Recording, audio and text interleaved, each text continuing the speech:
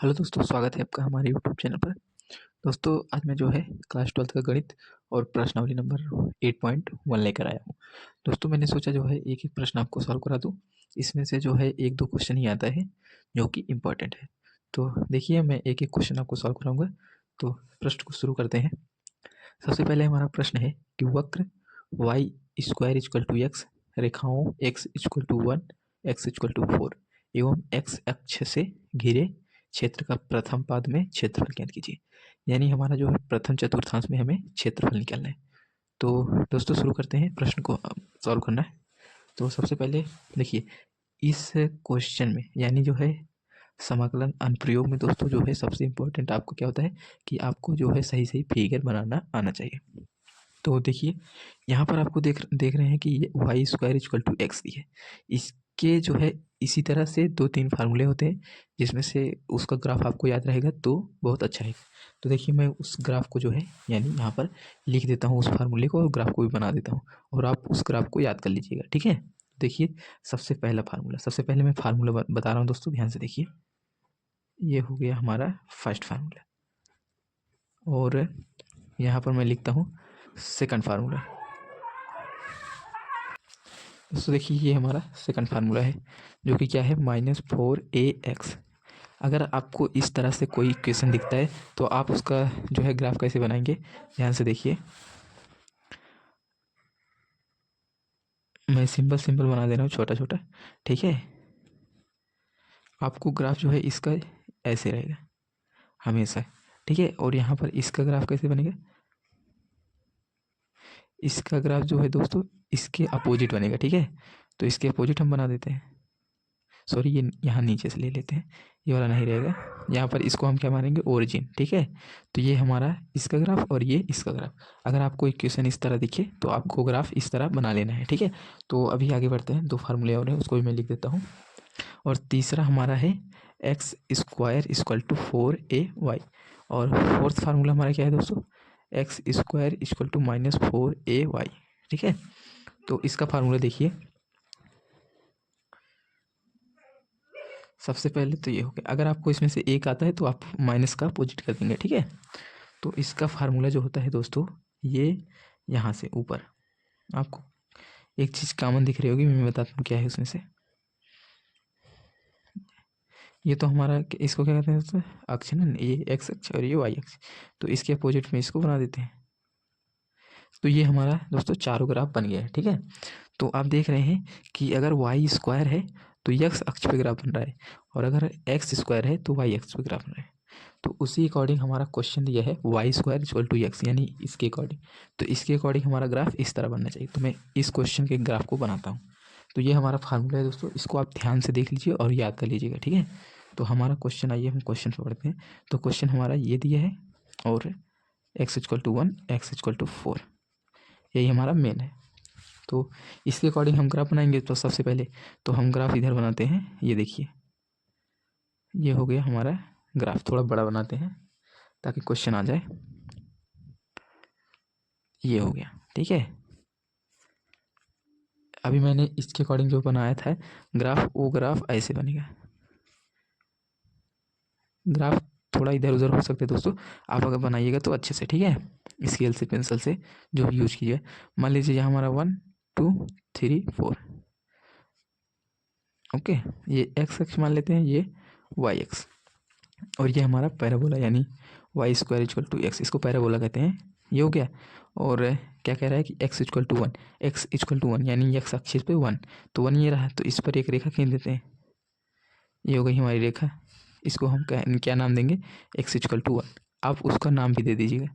और ये वाला पैराबोला क्या मतलब, ये लाइन क्या है, ऐसे, तो ये ऐसे जाएगी। इसका नाम क्या है, x = 4, ये वाला नाम इसका है, ठीक है दोस्तों, इसका, और ये नाम इसका है रेखा का। तो यहाँ 1 हुआ, यहाँ पर 4 हुआ, यानी 1 से 4 तक। तो ये तो हमारा ग्राफ बन गया। और हमारा इसी के अंदर का जो है क्या क्षेत्रफल निकालना है। तो हम इसको क्या करते हैं, थोड़ा मतलब छायांकित कर देते हैं, यानी पेंट देते हैं। तो देखिए, यही हमारा जो है क्षेत्रफल निकालना, जिसको मैंने पेंट किया है। ये हो गया। अब यहाँ से देखिए आगे, इसको हम y के रूप में कर देते हैं। तो अभी मैं बताता हूँ, ये हमारा इतना आ गया, ये तो हमारा इसके अकॉर्डिंग आ गया। अब देखिए क्षेत्रफल कैसे निकलेगा। अगर ध्यान से देखिएगा दोस्तों, यहाँ से अगर हम इतना क्षेत्रफल ले लें, यानी इसको आप ध्यान से देखिए, ये वाला थोड़ा सा ही लेंगे क्योंकि समाकलन में हमेशा थोड़ा लिया जाता है, तो हमारा पूरे का क्षेत्रफल निकाला जा सकता है। ठीक है, ये मैंने इतना दूरी लिया, यानी यहाँ से मोटाई हमारी कितनी है, इसको हम थोड़ी लिए हैं तो डी एक्स मान लेते हैं, और ये ऊंचाई जो है वाई एक्सिस पे जा रही है तो इसको हम वाई मान लेते हैं। ठीक है, तो ये हो गया वाई और ये हो गया डी एक्स। अब देखिए, अगर हम इसको बाहर निकालें, इतना जो मैंने जिसको कलर किया है ब्लैक से, अगर हम इसको बाहर निकालें तो दोस्तों देखिए एक आयत के रूप में निकल रहा है। ठीक है, ये आयत के रूप में निकल गया कि नहीं। और इसकी जो चौड़ाई मान लीजिए डी एक्स और लंबाई जो है वाई, तो अगर आयत का क्षेत्रफल क्या निकलते हैं, लंबाई गुणे चौड़ाई। ठीक है, लंबाई और गुणे चौड़ाई। ठीक है, तो लंबाई गुणे चौड़ाई यानी वाई डी एक्स, ये हो गया। तो उसी के अकॉर्डिंग हम इसका क्षेत्रफल क्या निकालेंगे, वाई इंटू डी एक्स, ये हो गया। और जब हम, क्योंकि हमारे पूरे का क्षेत्रफल निकालें यानी यहाँ से यहाँ तक, तो यहाँ से यहाँ तक निकालने के लिए हमें इसका इंटीग्रेशन करना पड़ेगा, और इंटीग्रेशन करने के बाद लिमिट भी लगानी पड़ेगी। तो लिमिट 1 से 4 तक। दोस्तों इसमें सबसे ज़्यादा ज़रूरी क्या है, लिमिट। ठीक है, सबसे ज़्यादा ज़रूरी लिमिट। अगर आपको लिमिट लगाना आ गया तो आपको क्वेश्चन 100% सही होगा। और यहाँ पर आप लिख सकते हैं कि अभीष्ट क्षेत्रफल, यानी हमारा अभीष्ट क्षेत्रफल या फिर छायांकित क्षेत्रफल, जो लिखना चाहे आप लिख सकते हैं। तो ये हो गया हमारा ग्राफ, और ये हो गई मैंने जो समझाया, और ये हमारा क्वेश्चन आ गया। तो अब इसको सॉल्व करते हैं। दोस्तों वीडियो बहुत लंबा हो रहा है, लेकिन मैंने इसको डिटेल में समझा दिया है, आई होप समझ में आ गया होगा। कोई डाउट हो तो कमेंट जरूर कीजिएगा। देखिए, मैंने यहाँ पर y का जो है, y के स्थान पर x रख लिया क्योंकि यहाँ पर dx है। तो अब इसका समाकलन करेंगे। तो अगर दोस्तों इसको मैं ऐसे लिख दूँ तो कोई प्रॉब्लम तो होगी नहीं। ठीक है, अंडर रूट को 1/2 लिख सकते हैं। ओके, तो अब इसका समाकलन करेंगे। तो सबसे पहले लिमिट रखते हैं, वैसे इसको जब समाकलन करेंगे 1/2 + 1 बट्टे में 1/2 + 1, और लिमिट लगाएंगे 1 से 4 तक। समझे नहीं आप, इंटीग्रेशन ऐसे तो करते हैं, जो पावर रहता है उसमें +1 करते हैं और बट्टे में फिर पावर का +1 कर देते हैं। ये हो गया, लिमिट 1 से 4 तक हो गई। अब इसको सॉल्व करेंगे, तो इसको अगर हम सॉल्व करेंगे तो आ जाएगा 3/2, और 2 को ऊपर करेंगे तो 2/3 बाहर निकलेगा।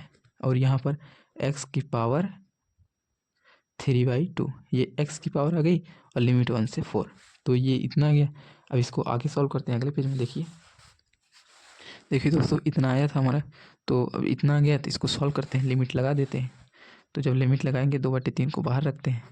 सबसे पहले 4, और 4 को हम क्या लिख सकते हैं, 2 की पावर 2, और ये 3/2 माइनस 1 की पावर 3/2। समझ में आ गया होगा आई होप। 4 को मैंने अंदर रखा है, तो 2 दूनी 4, 4 का जो है पावर में, यानी 2 की पावर 2, तो 4 आ जाएगा, तो उसी को मैंने इससे लिख दिया। तो अब काटते हैं, 2/3 को ऐसे रखते हैं। देखिए 2 से 2 कट जाएगा, यानी पावर से जो बटे में पावर है कट जाएगी, बचेगा 3, यानी 2 की पावर 3 - 1। अब 2/3 इसका जब क्यूब करेंगे तो 8 - 1, और यहाँ से आ जाएगा 2/3 × 7। अब फाइनल में क्या आएगा, 14/3। और अगर हम मात्रक लगाएं तो वर्ग मात्रक, क्योंकि क्षेत्रफल है तो वर्ग लगेगा। तो यही हमारा दोस्तों फाइनली आंसर है छायांकित भाग का। तो आइए दोस्तों, वीडियो पसंद आया होगा, और जो है क्वेश्चन का सलूशन भी समझ में आया होगा। दोस्तों आज इतना ही रखते हैं, क्योंकि मैंने जिसमें 4 फार्मूले बता दिए तो वीडियो ज़्यादा लंबा हो गया। तो बाकी मैं और जो क्वेश्चन है उसको नेक्स्ट वीडियो में करा दूंगा, जो भी है। तो वीडियो को ज़्यादा से ज़्यादा शेयर कीजिए और लाइक कीजिए, और चैनल पर नए हैं तो चैनल को सब्सक्राइब कीजिए। दोस्तों मिलते हैं किसी नेक्स्ट वीडियो में, तब तक आप क्वेश्चन को सॉल्व कीजिए, और आगे भी जो है क्वेश्चन को प्रैक्टिस ज़्यादा से ज़्यादा कीजिए दोस्तों, नहीं तो जो है एग्जाम में आपको प्रॉब्लम होगी। तो मिलते हैं किसी नेक्स्ट वीडियो में।